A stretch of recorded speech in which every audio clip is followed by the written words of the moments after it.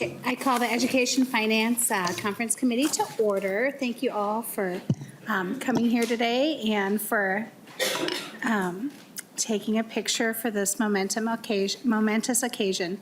So first up, we have the Conference Committee report, the copy in front of you. Folks have been looking at it all weekend. There is one language change that we're going to have Mr. Strom explain.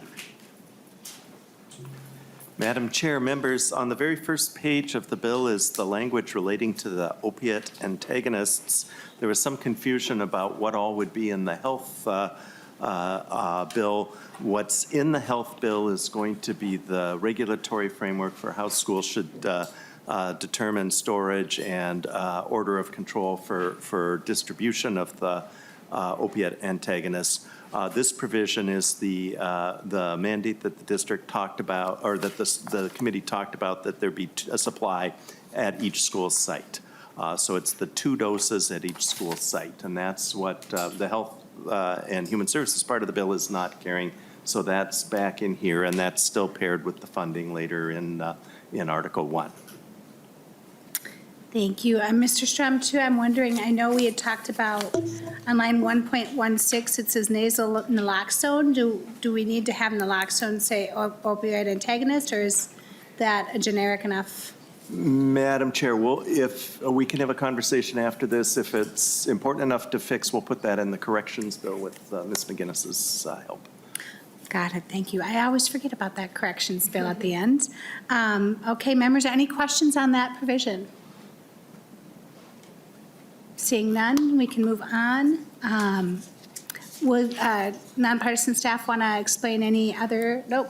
But there are other small technical changes keeping in line with the nonpartisan instruction that Chair Kunesh and I kept repeating every time we closed up the article. And I will actually have either Ms. Beckel or Ms. Hofer explain any spreadsheet changes.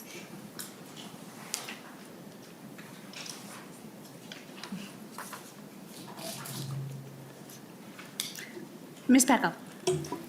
Thank you, Madam Chair. Solveig Beckel, House Fiscal. So there were 3 small changes on the spreadsheet. With the spreadsheet in front of you that has the title in the upper left-hand corner, 2023 Legislature K-12 Education Finance Budget Bill, and then has a timestamp in the upper right-hand corner of 12:13 p.m. today. On lines 125, 158, and 197, there are changes to reflect that on 197 there was just one small change to the Adult with Disabilities Program aid that made the Adult with Disabilities Program aid increase by $7,000 per year. That was changed, and so it only began the change in fiscal year 25. So if you're on line 197 on page 5, you can see that in fiscal year 25, the number increased from what it was previously at, which was $1.775 million in fiscal year 25 to $1.782 million. And then in the tails, it increased by $7,000 each year as well. So it increased from $1.899 million to $1.906 million in each year of the tails. In order to offset that change, if you'll move to line 158,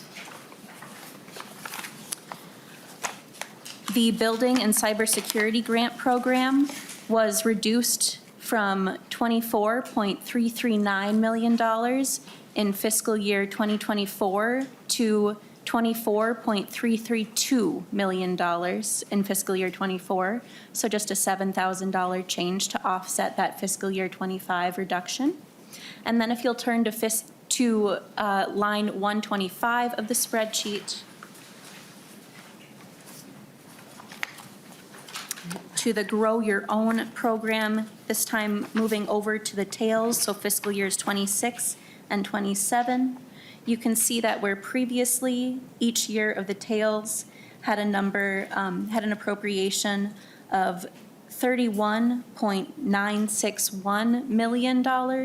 Now the appropriation is $31.954 million per year of the tails. And Madam Chair, those are the substantive changes to the spreadsheet. There have been formatting changes, and as some of you may have noticed, this is the full spreadsheet that reflects base plus the changes in this conference committee proposal. And whereas previous spreadsheets that you have looked at have been change only. So, and Madam Speaker, those are the changes. Thank you, Ms. Beckel. Go ahead. Anything else, Ms. Beckel? No. Thank you. Any questions to those described changes? Seeing none, with that, I think we have another important announcement. I hear it's somebody's birthday. It's Mr. Strom's birthday today, and I have a gift for you. It's an amazing education bill that you actually helped write and wrap, so thanks. Happy birthday to all of us. Happy birthday.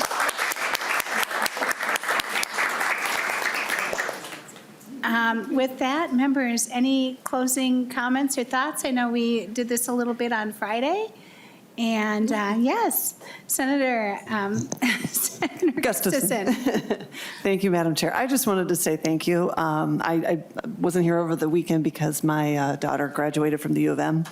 And she initially was going to go into teaching and then changed her mind just with sort of, hopefully not, but I think it's probably in part of just all of the struggles that she saw her mom go through as a teacher. And so I just want to say thank you to all the hard work that everybody did here, because I really do feel like this is a very student-centered and educator-centered bill, and hopefully will make a big difference. I saw the Star Tribune listed it as a $2.2 billion increase. I don't think that we can overstate that, and we should celebrate the fact that we really have put education first in this state, and it's one more reason why Minnesota is a great place to live. So thank you to everybody who worked really hard. The staff especially, who just, I know we always just say a blanket staff, but I just don't know how we could ever get this done without all of you. And it just means the world to me that you are, just always there doing all the work that you do and do it so well. So thank you.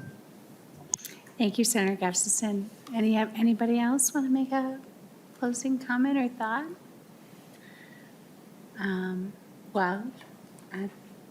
Chair Kunesh, and then, or Chair Pryor, and then Chair Kunesh. Chair Pryor, did you have anything to say? Okay, Chair Kunesh.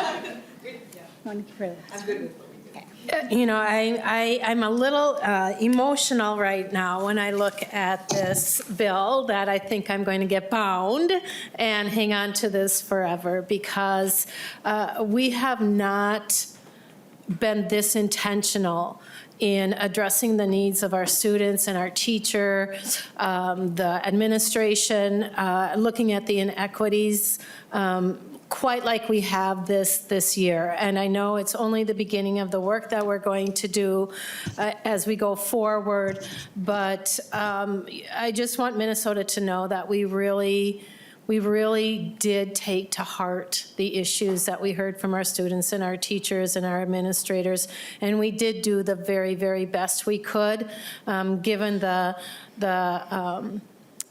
nice dollar amount that we received, and it's never going to be enough to do all of the work that we need to do for our students, but this is the first step, and I think we put together an incredible bill and really look forward to continue the work on it. So thank you all, and Minnesota, I hope you see the difference. Thank you, Chair Kunesh. I want to thank you and Chair Swedinsky and Chair Pryor and Representative Clardy and Representative Hill and Senator Gustafson and Senator McQuaid and Representative Grisha and Senator Duckworth. Really has been a good working experience collaboratively going through this bill together. And thank you to all the folks out there that brought us all the great ideas and stuck with us during this time. And I know there's a lot of stuff in here that has been worked on for quite a few years that people are seeing the fruition of. And I think it's a work product that we can all be very, very proud of. And also just, we can't thank our staff enough for all the hours they work long past us when we go to bed, and they're already up working when we get up in the morning. And just means a lot to us that you have that institutional memory and that institutional knowledge to keep things moving forward. So with that, members, this is a pretty pretty incredible bill that I think we will vote on now. So I'll move to adopt A23-0174, the amendment to the conference committee report. That will become the conference committee report. So with that, all those in favor say aye. Aye. All those opposed? The amendment is adopted. And with that, members, look for an email to sign the conference committee report. That should be out in the next few hours, I believe. And thank you, or sooner than that, as our revisers ready to hit send. So with that, members, thank you again, and we are adjourned.